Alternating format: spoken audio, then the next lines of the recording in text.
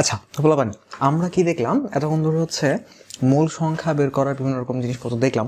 এরপরে এই চ্যাপ্টারের নাম শুনলে তোমাদের মাথায় যে জিনিসটা আসে সেটা কি? মোলারিটি, তাই না? তো মোলারিটিতে আমরা কি বের করি? আমরা হচ্ছে মেনলি ঘনমাত্রা বের করি। তার মানে কোনো একটা দ্রবক, কোনো একটা দ্রবণ, তো হচ্ছে কোনো একটা দ্রবণ কতটা ঘন, তো এটা কতটুকু জিনিস দ্রবীভূত আছে এটা দ্বারা বুঝি। ধর হচ্ছে অনেকটা ঘন শরবত হয়ে আছে, তো এটা আমরা কি বুঝি যে চিনি একটু কম হয়ে গেছে, বেশি হয়ে গেছে। চিনি বেশি দিলে আমরা বলি যে না এটা বেশ ঘন হয়েছে। অনেক সময় ক্যাম্পাসের মধ্যে অনেক ফলের জুস টুস মানে বিক্রি হয়, তো ওই যে কি বলে ওই যে এগুলোর বিভিন্ন বড়লোক নাম তো আছে। তো ওই যে গরিবের স্ট্রবেরি শেক, গরিবের এইসব জিনিসপত্র, সেই জিনিসগুলো কীরকম হয়? ঘনমাত্রা একটু কম দেওয়া থাকে, সব কিছুই থাকে। হ্যাঁ, তো ওগুলোর দাম তো একদম রেস্টুরেন্টে যাবা দাম তো হচ্ছে তোমার 250 টাকা 300 টাকা। আমাদের ক্যাম্পাসে হলের মধ্যে ওগুলোর দাম হয় 25 টাকা। তো বুঝতে পারছো ঘনমাত্রা তো সেম থাকবে না, তাই না? যে ওখানে যতটুকু আনারস দেয়, আনারসের জুস, আমরা তো এটা আনারসের রস বলি, আর ওটা হচ্ছে পাইনাপল জুস, এক তো না। তো ওটার দাম 250 টাকা, আমাদের দাম 25 টাকা। সো ওখানে পরিমাণটা একটু কম থাকে। তো ধরো একটা জুস নিলাম, এটা কতটুকু ঘন এটা কেমনি বুঝবো? অনেকভাবে বুঝতে পারি। তো আমি নির্দিষ্ট একটা জিনিস বললাম যে আমি ধরো 100 ml নিলাম, এই 100 ml এর মধ্যে তোমার আসলে আনারস কতটুকু আছে এটা দ্বারা কি বুঝতে পারি? এটা দ্বারা ঘনমাত্রা বুঝতে পারি। তো আরো প্রত্যেক 100 গ্রাম পানির মধ্যে আনারস আসলে মানে পানি নিলাম, ওইটার মধ্যে আসলে কতটুকু আসলে আনারস আছে, মানে 100 গ্রাম পানি না, 100 গ্রাম দ্রবণটা নিলাম, ওই জুসটা 100 গ্রাম নিলাম, ওই 100 গ্রামের মধ্যে যদি দেখো যে 80 গ্রামই তোমার হচ্ছে পানি, তাহলে তো বুঝতে পারতেছো যে এটা আসলে কিরকম ঘন আসলে। সো অনেকভাবে ঘনমাত্রা বের করতে পারি আমরা, হচ্ছে এই ক্লাসে অনেকগুলো মেথড দেখবো। আচ্ছা তাহলে চলো আমরা হচ্ছে বিভিন্ন প্রকার ঘনমাত্রা একক নিয়ে কথাবার্তা বলি। প্রথমে W/W মানে কি? ধরো আমরা একটা এক্সাম্পল নিয়ে কথা বলতেছি। ধরো 3% W/V, 3% W/W, 3% V/V, sodium chloride জলীয় দ্রবণ। তার মানে কি? এই প্রথমটাতে আমরা বুঝবো যে 100 ml, এই 100 ml এ তোমার 3 গ্রাম কত আছে? সোডিয়াম ক্লোরাইড আছে। তো তো কত গ্রাম আছে ডিভাইড বাই কত ml আছে, এটা হচ্ছে আমি পার্সেন্টেজে প্রকাশ করতেছি। অ্যান্ড বুঝতে পারতেছি এটা হচ্ছে আমরা 100তে, পার্সেন্টেজ মানে কি 100তে হিসাব করা হচ্ছে। আচ্ছা, এরপরে W/W মানে হচ্ছে প্রত্যেক 100 গ্রামের মধ্যে কত গ্রাম আছে, এই জিনিসটা হচ্ছে W/W। আচ্ছা, V/V কি হবে? V/V হচ্ছে তোমার ওই ক্ষেত্রে ইউজ করবো যেখানে তোমার এত আয়তনের মধ্যে 100 ml এর মধ্যে ওটা 3 ml আছে, তাহলে হচ্ছে আমরা 3% V/V বলবো, যেখানে যেটা অ্যাপ্লিকেবল। তো সেখানে সেটা আমি ইউজ করবো। তাহলে W/W, W/V, V/V এগুলোর পার্সেন্টেজে হিসাব করি। এগুলো বলতে কি বোঝায় এটা তো বুঝতে পারছো। আচ্ছা, তো 2 নম্বর কনসেপ্টে আমরা যেটা যাব সেটা হচ্ছে ধরো পরিমাণে অনেক কম। কিরকম? আমি এখানে 100 ml নিচ্ছি, 100 ml নিচ্ছি, 100 ml নিয়ে 100 ml দ্রবণ নিচ্ছি, দ্রবণ নিয়ে ওর মধ্যেই আমি পেয়ে যাচ্ছি কি? ওর মধ্যে আমি ধরো 3 গ্রাম পেয়ে যাচ্ছি সোডিয়াম ক্লোরাইড। কিন্তু যদি ধরো যে মানে পরিমাণটা আসলে এতটাই কম, পরিমাণটা আসলে এতটাই কম যে 100 গ্রাম যদি নেও, নিলে তুমি একটুকু পাবো না, কিছুই পাচ্ছ না। তাহলে কি করা যায়? ধরো হচ্ছে আমি 1000 নিচ্ছি, 1000 ml নিচ্ছি, তাহলে ধরো আর একটু পাওয়ার সম্ভাবনা বাড়ে। কিন্তু ধরো হচ্ছে এত বেশি, এত নগণ্য পরিমাণে আছে যে লাইক আমাদের কখনো কখনো কি করা লাগতে পারে যে 1 মিলিয়ন পরিমাণ নিলে যে তারপর সেইটার মধ্যে কি পরিমাণ আছে যে ধরো সেই তখন হচ্ছে আমি কিছু না কিছু পাই। তার মানে কি এটা কখন হবে? খুবই নগণ্য পরিমাণ যখন থাকবে তখন এই জন্য আমরা বলি পার্টস পার মিলিয়ন। মানে কি? যে পার মিলিয়নে যখন নিব, 1 মিলিয়ন নিলে কিছু একটা পাচ্ছি, তার মানে অনেক কম পরিমাণে আছে। তো এই জিনিসটা একটা উদাহরণ দিয়ে বুঝতে পারি আমরা, যে ধরো এই ppm না থাকলে কি হতো? ধরো 100 গ্রাম পানিতে আমরা 0.01 মিলিগ্রাম আর্সেনিক আছে, ঘনমাত্রা কত? ধরো ppm বলে কিছু নাই। হ্যাঁ, তো পার্সেন্টেজে নিলে কি হবে? তো এটাকে পার্সেন্টেজ নিয়েছি, তো দেখো যে 0.01 মিলিগ্রাম আছে। এটা নর্মালি করলে কি হয়? মিলিগ্রাম মানে তো বুঝতে পারতেছো যে এখানে মানে 10⁻³ গ্রাম। তার মানে এখানে বুঝতে পারতেছো যে এখানে এমনিতেই 3 ঘর আগে আসবে। অ্যান্ড যেহেতু 1000 গ্রামে এটা, তার মানে 100 গ্রামে কি হবে? আরও 1 ঘর আগে আসবে। 1000 গ্রামে যদি এত গ্রাম হয়, 100 গ্রামে কি 10 দিয়ে ভাগ। তার মানে আলটিমেটলি জিনিসটা হচ্ছে 0.0000001। ভালো লাগলো খুব সংখ্যাটা? ভালো লাগলো না, এটা একটা বিদঘুটে সংখ্যা, রাইট? সো এই একই দেখো যে এবার আমি ল্যাবে আমি কোনো কিছু ঘনমাত্রা জিজ্ঞেস করলাম, এই জিনিসগুলোতে কাজ করতে হবে আমার। তো আলটিমেটলি আমি ঘনমাত্রা জিজ্ঞেস করলাম, আমি বললাম যে এটাতে মধ্যে আমাদের পানিতে ঢাকার পানিতে এখন হচ্ছে আর্সেনিকের পরিমাণ হচ্ছে 0.0000001। এটা কিছু হইল? একটু সুন্দরভাবে বলা দরকার না? তো হচ্ছে তাহলে আমাদের এইখানে একক একক আমরা মানে বের করি কেন, একক বের করি আমাদের সুবিধার জন্য। এটা সুবিধা হইলো? অসুবিধা হয়ে গেল না? তার মানে এই জন্য আমরা নতুন একটা একক দেখার চেষ্টা করবো। সেটা দেখো আর্সেনিকে মানে পানিতে আর্সেনিকের পরিমাণ হচ্ছে 0.01 মিলিগ্রাম, অ্যান্ড বাই হচ্ছে পানি হচ্ছে 1000 গ্রাম। তো ভাগ করে মিলিগ্রাম মানে মিলিগ্রামটাকে গ্রামে প্রকাশ করলাম। আলটিমেট 10⁻³ পাওয়া যাচ্ছে কত? 10⁻⁻5 গ্রাম। তুমি যদি এটাকে বিলিয়নে প্রকাশ করো, যে বিলিয়ন মানে 10⁹, তখন জায়গায় সুন্দর সংখ্যা আসে সে 10 ppb পার্টস পার বিলিয়ন। ওকে, সো আমি মিলিয়নে নিলে অনেক সময় সুন্দর সংখ্যা পাইতে পারি, আবার অনেক সময় বিলিয়নে নিলে সুন্দর সংখ্যা পেতে পারি। এখানে আমরা বিলিয়নে নিলে সুন্দর একটা সংখ্যা পাইলাম। সো আমরা যেটাকে মিলিয়ন করতে পারতাম, তাহলে কি করতাম? 10⁶ দ্বারা গুণ করতাম, তখন জিনিসটা একটু খারাপ হইতো, লাইক 10⁶, তখন কি 10⁻² আসতেছে আনসার। সো দেখো যে এইখানে একটা জিনিস শেখার বিষয় আছে, সেটা কি? সেটা হচ্ছে তোমার যে অনেক সময় আমরা ppm দিয়ে করতে পারি, অনেক সময় ppb দিয়ে করতে পারি। তার মানে কোনো কিছু যতটা নগণ্য থাকবে আমাকে তত বেশি ওই এককে যেতে হচ্ছে। ppb তে যেতে হচ্ছে, কারণ পরিমাণটা আসলে অনেক কম। আচ্ছা, গেল। এরপরে একটা কথা, ppm, right, parts per million. এখান থেকে কিন্তু একটা ছোট্ট জিনিস মনে রাখতে পারি, সেটা হচ্ছে পার্টস পার মিলিয়ন। এই পার্টস পার মিলিয়ন আমি বলতেছি কি 10⁶ কত, রাইট? 10⁶ বা 1 মিলিয়নে কতটুকু আছে। দেখো এই জিনিসটা তো অনেকভাবে বের করা যায়, তো কিন্তু আরেকটা ছোট্ট সংজ্ঞা শিখাই দিচ্ছি, যেটা অ্যাকচুয়ালি 10⁶ বের করে দিবে। সেটা হচ্ছে, দেখো আমি বলি যে 1 লিটারে কত মিলিগ্রাম, আমি দেখো 1 লিটারে কত মিলিগ্রাম, এই জিনিসটা যদি করতে চাই, করলে কি বের হবে? দেখো কত মিলিগ্রাম, তো মিলিগ্রাম যদি দেই উপরে, তাহলে গ্রামে যদি করো তার মানে 10⁻³ গ্রাম আসবে, রাইট? আচ্ছা, সো অ্যান্ড নিচে যদি করো, নিচে কি করবে? 1 লিটার মানে কত? 1 লিটার মানে কত? 1 লিটার মানে 10⁻³ সেন্টিমিটার কিউব, রাইট? আচ্ছা, মানে 1000 মিলিগ্রামে। তো 1000 মিলিগ্রামে তোমার হচ্ছে 1000 ml এটা পাচ্ছে 10⁻³ তো যদি আমি বললি যে 1 লিটারে কত মিলিগ্রাম, এই জিনিসটা আমাকে আলটিমেটলি কি দিচ্ছে বলো তো? বলো কি দিচ্ছে? 10⁻⁻6 দিচ্ছে না? 10⁻6 মানে কি বলতো?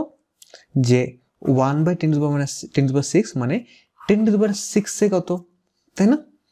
আমি আরেকটু যদি বুঝাই বলি, যে ধরো কোনো কিছু 1 লিটারে আছে 2 মিলিগ্রাম। 1 লিটার আছে কত মিলিগ্রাম? 2 মিলিগ্রাম। সো এখন 1 লিটারে যদি 2 মিলিগ্রাম থাকে, তাহলে বলো তো এটার ppm কত? তখন কিন্তু আর চিন্তা করতে হবে না। একটু দেখো 1 লিটারে 2 মিলিগ্রাম, তো আমি এটা কেন বলছি? একটা ইনসাইট দেওয়ার জন্য। একটু দেখো তো, এখানে 1 লিটারে 0.01 ছিল না? 0.01 মিলিগ্রাম ছিল। দেখো তো এই যে এখানে ppm অ্যান্সার কত আসছে? 10⁻², মানে কত? 0.01। দেখো তো এটা কেন হচ্ছে, আমি একটু বুঝাই বলি, যে এখানে আবার আর এই এক্সট্রা বুঝাই বলার কিছু নাই আসলে। এটা 2 দিলাম, 2 × 10⁻³ এটা তো মিলিগ্রাম, আর নিচে 1 লিটার মানে 10⁻³ রাইট? আর আমি হচ্ছে এটাকে কি করতে যাচ্ছি? আমি এটাকে করতে যাচ্ছি মিলিয়ন, তার মানে 10⁻6। 10⁻³ এত, একে এত, তাহলে 10⁻6 কত? এটাই তো ppm না? তো করে ফেলো, করলে কি আসতেছে বুঝতে পারতেছো? এই জিনিস আমরা অলরেডি করছি একবার। তো মিলিগ্রাম 10⁻³ হয়ে গেল। হ্যাঁ, সরি -3 লিখছি না? -3 হচ্ছে তো গ্রাম, তাই না?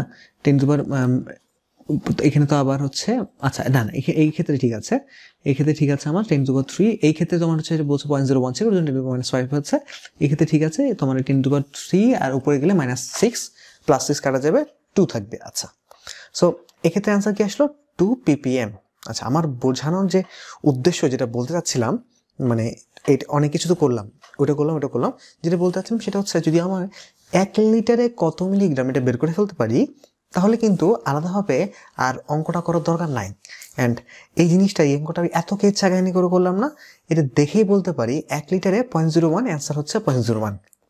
1 লিটারে কত মিলিগ্রাম আছে এটাকে ppm বলে, কারণ 1 লিটারে কত মিলিগ্রাম এই জিনিসটাই আলটিমেটলি 10⁶ কত এই অনুপাতটা দিয়ে দেয়। Okay, so moral of the story কি? মোরাল অফ দ্য স্টোরি হচ্ছে পার্সেন্টেজে বের করতে পারি, যদি মোটামুটি একটা পরিমাণে থাকে পার্সেন্টেজে বের করতে পারি। পার্সেন্টেজে বের করার জন্য আমরা w/v ইউজ করতে পারতেছি।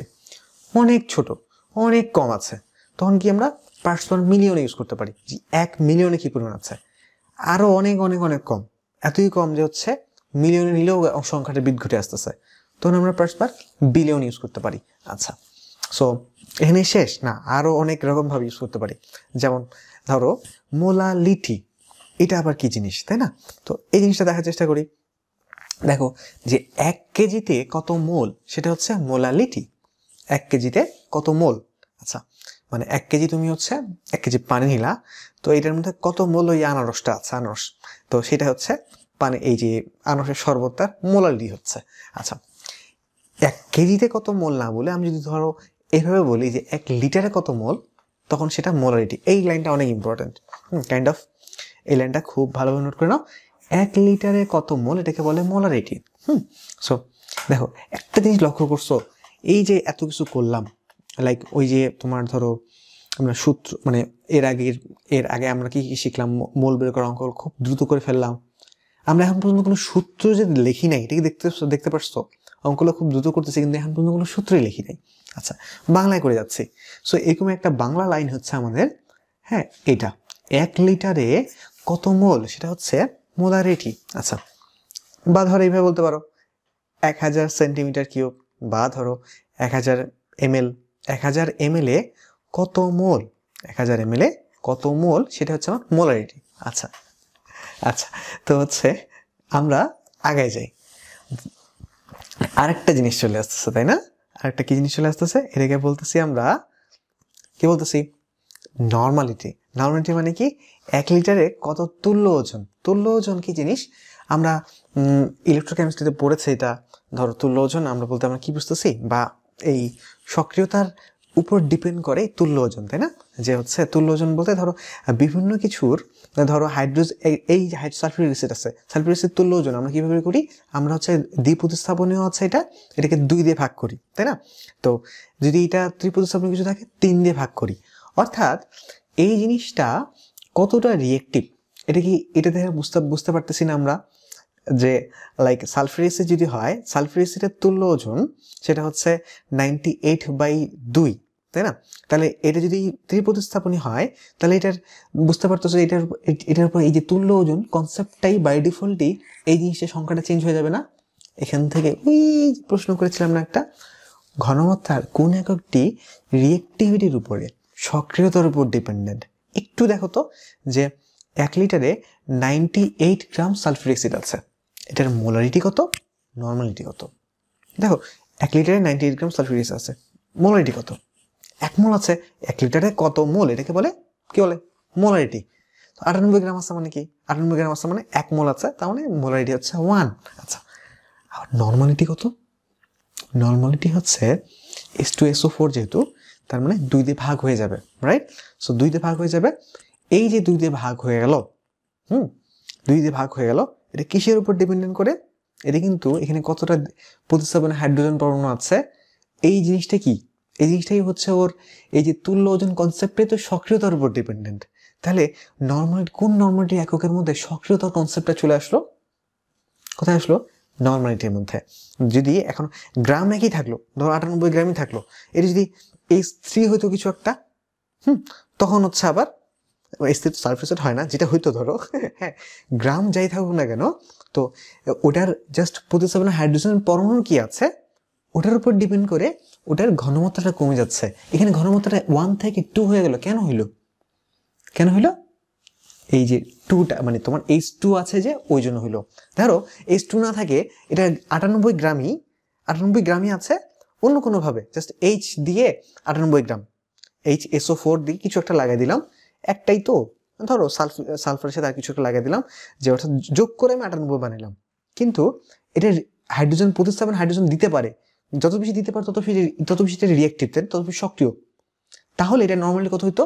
তাহলে এটা নর্মালি হইতো 1, তাই না? কারণ পজিশন হাইড্রোজেন যে 1। তো আবার এইখানে কি হয়ে গেছে, এখানে যদি আমার এটা 2 হয়ে গেছে তখন নর্মালি হয়ে গেছে 2।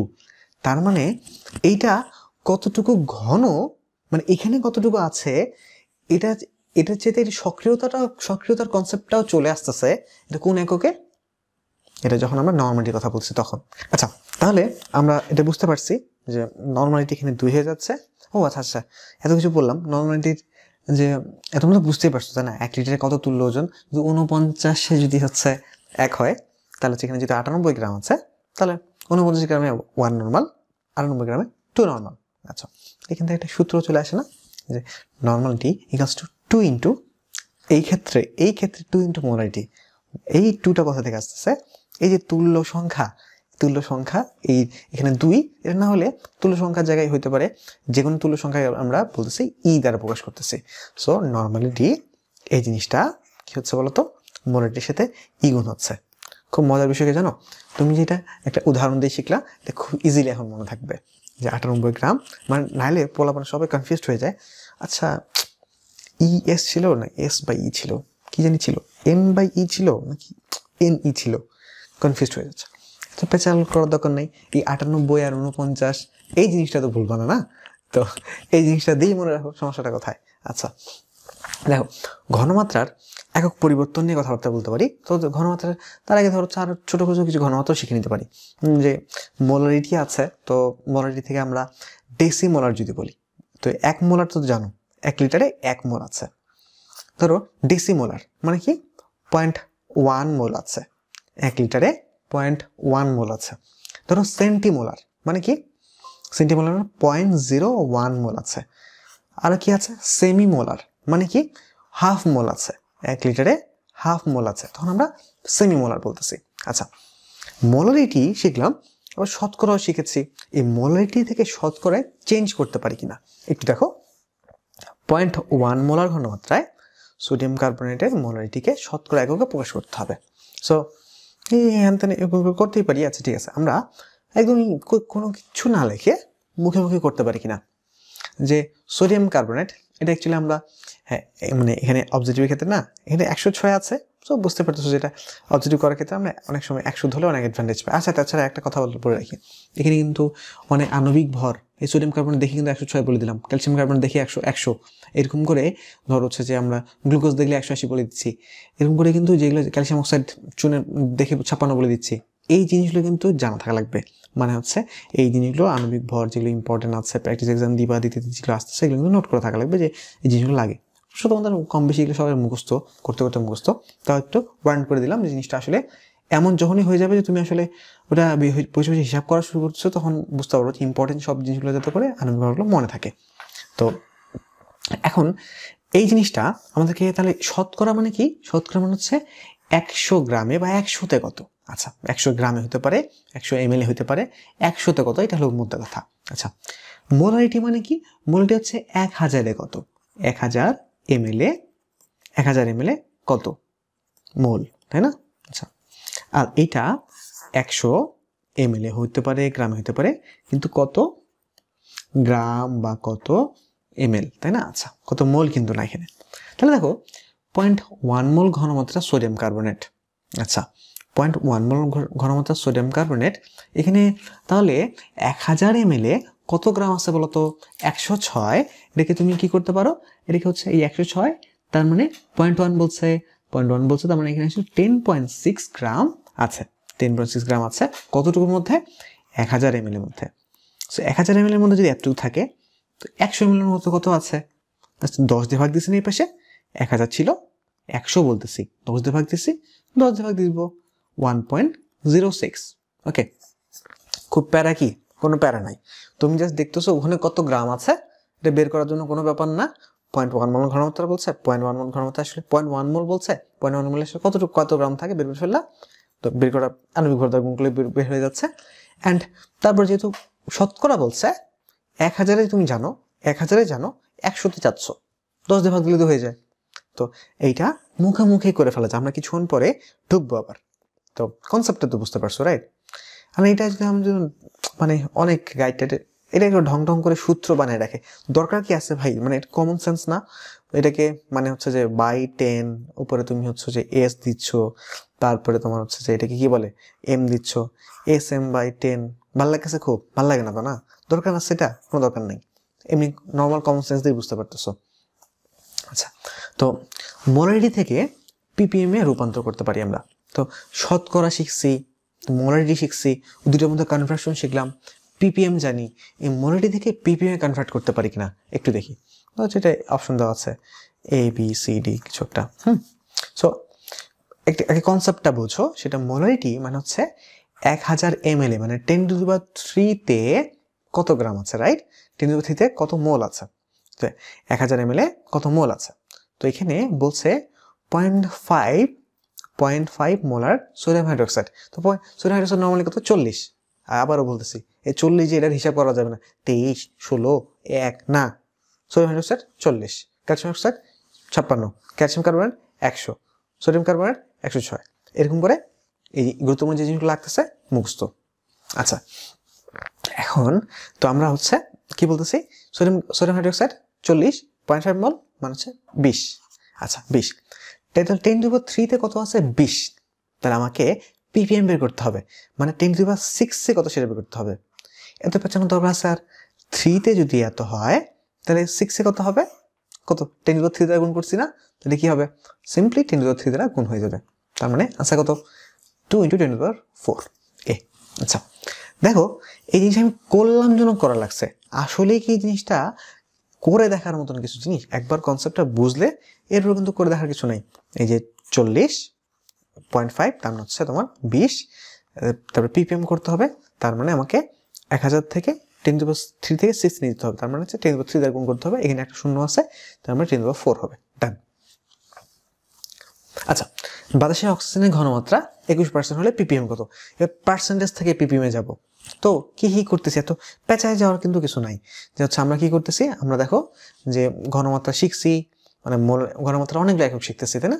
প্রথমে W/W, W/V, V/V, ppm, ppb, molarity, হ্যাঁ, তারপরে হচ্ছে যে এগুলো শিখে নিলাম, শিখে নেওয়ার পরে এখন হচ্ছে আমরা নর্মালিটি, তারপরে এখন হচ্ছে আমরা আরেকটা বিষয়, কিন্তু আরেকটা জিনিস আমরা একটু ক্লাসের লাস্টের জন্য রেখে দিয়েছি, সেটা হচ্ছে, সেটা লাস্টেই জানতে পারো, সেটা হচ্ছে যে ঘনমাত্রা আমরা আরেকভাবে বের করতে পারি।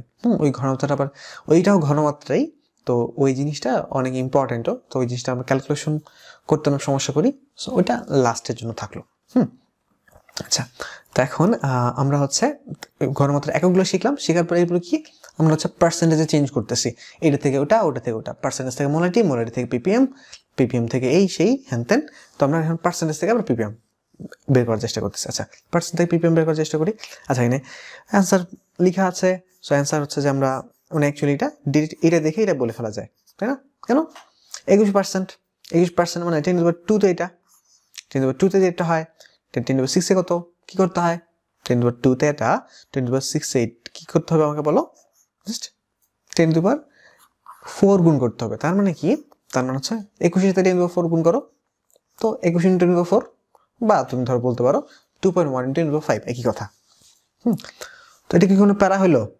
এটাকেও তোমরা যখন শর্টকাট বানাতে চাও, সূত্র বানাতে চাও, তাহলে আর তো সমস্যা, তাহলে তো শর্টকাট সূত্র বানিয়ে থাকতে হবে। এগুলোর জন্য কোনো শর্টকাট দরকার নেই, একদম নর্মাল কনসেপ্ট থেকে বাংলা ভাষাতে বোঝা যাচ্ছে। এগুলোর জন্য আবার যেটা বাংলা ভাষায় সহজে বোঝা যাচ্ছে, ওটাকে আবার অঙ্ক বানায়, লেটার বানায় মনে রাখার দরকার আছে। আচ্ছা, আরেকটা জিনিস আসে, তুমি প্রশ্ন ব্যাংকে পাবা, হচ্ছে মিলিমোল থেকে মিলিগ্রাম পার ডেসিলিটারে চেঞ্জ আসছে। তো মিলিমোল থেকে মিলিগ্রাম পার ডেসিলিটার, এখন ধরো এই জিনিসটাকে আমরা কি করতে পারি, মিলিমোল আছে, তখন 10⁻³ এই মিলিমোল জিনিসটা অনেক সুন্দর, আমি ম্যাথ করার সময় জিনিসটা বলবো। আচ্ছা, লাইক তোমরা ধরো মোলারিটি থাকে, তাই না? তারপর আয়তন থাকে, দেখবে ম্যাক্সিমাম আয়তন কি থাকে জানো? মিলিলিটারে থাকে, তাই না? মিলিলিটারে থাকে। সো তোমরা সবাই যেটা করো, ওটাকে 1000 ভাগ টাক দাও, ভাগ টাক দিয়ে কিছু একটা করো, আবার উপাসেও ভাগ দাও, আবার না ভাগ না দিলেও আবার দুই পাশে লিখো, মানে কেচ্ছা কাহিনী করো আর কি। তো এই জিনিসটা মোলার, এই যে মোলার তোমার এস আর ভি গুণ করলে তুমি যেন মোল পাওয়া যায়, কিন্তু খুব সিম্পল একটা জিনিস দেখো, যে যদি আমি ভি এর জায়গায় আমি মিলিলিটার দিই, তাহলে কি পাওয়া যাবে? মিলিমোল পাওয়া যাবে, তাই না? তো এই কনসেপ্টটা কিন্তু ইম্পর্টেন্ট, যে এই মিলিমোল শুধু জাস্ট তোমরা মোল বানায় নাও, হচ্ছে তোমরা লাইক দ্রবণের অঙ্কগুলো দিয়ে ঝামেলা পড়ো। আচ্ছা ঠিক আছে, আমি দ্রবণের অঙ্ক একটু করে করাবো, তখন না বলবো আবার যে মিলিমোল জিনিসটা আসলে কেন তোমার উপকার করতে পারে। এখন এইখানে পয়েন্টে আসো, 10⁻³ তো 10⁻³ হলো, তো এটা হচ্ছে কি হলো, মিলিমোল থেকে মোল হলো, তো আমাকে মিলিগ্রাম বানাইতে হবে। মোল থেকে এম গুণ করে কি পেলাম? আমরা গ্রাম পাইলাম। আবার কি পাবো? এটা গ্রাম পেয়েছি, এই গ্রাম পাওয়ার পরে আমাকে কি করতে হবে? মিলিগ্রাম বানাইতে হবে। মিলিগ্রাম বানানোর জন্য কি করবো? আমি 10⁻³ দ্বারা গুণ করব। আচ্ছা, তো তাহলে কি হলো আমার? এটা মিলিমোল, এটা গ্রাম হলো, তারপর এত গ্রাম সমান 10⁻³ মোল। এরপর ডেসিলিটার। ডেসিলিটার মানে কি? ডেসিলিটার 1 লিটারে 10 ডেসিলিটার। কিলাইয়া হাকাইয়া ডাকাত মারিলে দেশের শান্তি মিলিবে। সো ডেসিলিটার হচ্ছে দেশের শান্তি মিলিবে, তার মানে হচ্ছে 10, 1 লিটারে 10 ডেসিলিটার। আচ্ছা, সো এখন তো এই যে ব্যাপারটা আছে মিলিমোল, তো মিলিমোল পার লিটার ছিল আসলে, মিলিমোল পার লিটার, এটা থেকে মিলিগ্রাম পার ডেসিলিটার বানাতে হবে। সো লিটারকে আমি ডেসিলিটার বানানোর জন্য 10 দ্বারা গুণ করলাম। দেখো আলটিমেটলি কি দ্বারা হলো, যে 1 মিলিমোল পার লিটার, এটাকে মিলিগ্রাম পার ডেসিলিটার বানানোর জন্য কি করতেছি? m/10 দ্বারা গুণ করতে হচ্ছে। আচ্ছা, এখানে প্রসেসটা হচ্ছে ইম্পর্টেন্ট। প্রসেসটার মধ্যে আমাকে কি এক্সট্রা কিছু জানা লাগছে? এটাকে জাস্ট এটা বানানোর জন্য যা যা করা লাগে তা করতেছি। হ্যাঁ, 10⁻³ 10⁻³ গুণ করতে হবে, তো গুণ করলে যে কাটে যায়, এই জিনিস বানানোর জন্য মানে এই জিনিস করার জন্য আসলে ওরকম হাতে কলমে করাও লাগে, এমনও জরুরি না। আচ্ছা, সো m/10, এখানে ম্যাক্সিমাম প্রশ্ন আসে গ্লুকোজ দিয়ে। তো 180 এটা ভর বাই হচ্ছে 10, তার মানে কি 18। তো তোমাকে যদি এটা বলে হচ্ছে মিলিমোল পার লিটারে আছে ধরো 2 মিলিমোল পার লিটার, এটা মিলিগ্রাম পার ডেসিলিটার কত হবে? 18 দ্বারা গুণ করো 36, এটা হচ্ছে 3, কত হবে? 3 18 54। 18 নামতা পড়তে পারো না, এটা ডিসকাস হচ্ছে আর কি, যদি তুমি জিনিসগুলো জানা থাকে। হ্যাঁ, তো দেখো, আচ্ছা এখন আমরা কি করব? আচ্ছা, এখন আমরা ক্লাসের এক্সামগুলো আছে, বাট ওই তো বললাম যে আজকে ক্লাসটাতে একটু ক্লাসের একটু ডিফারেন্টভাবে হবে, সেটা হচ্ছে যে একসাথে খেলা হবে। হ্যাঁ,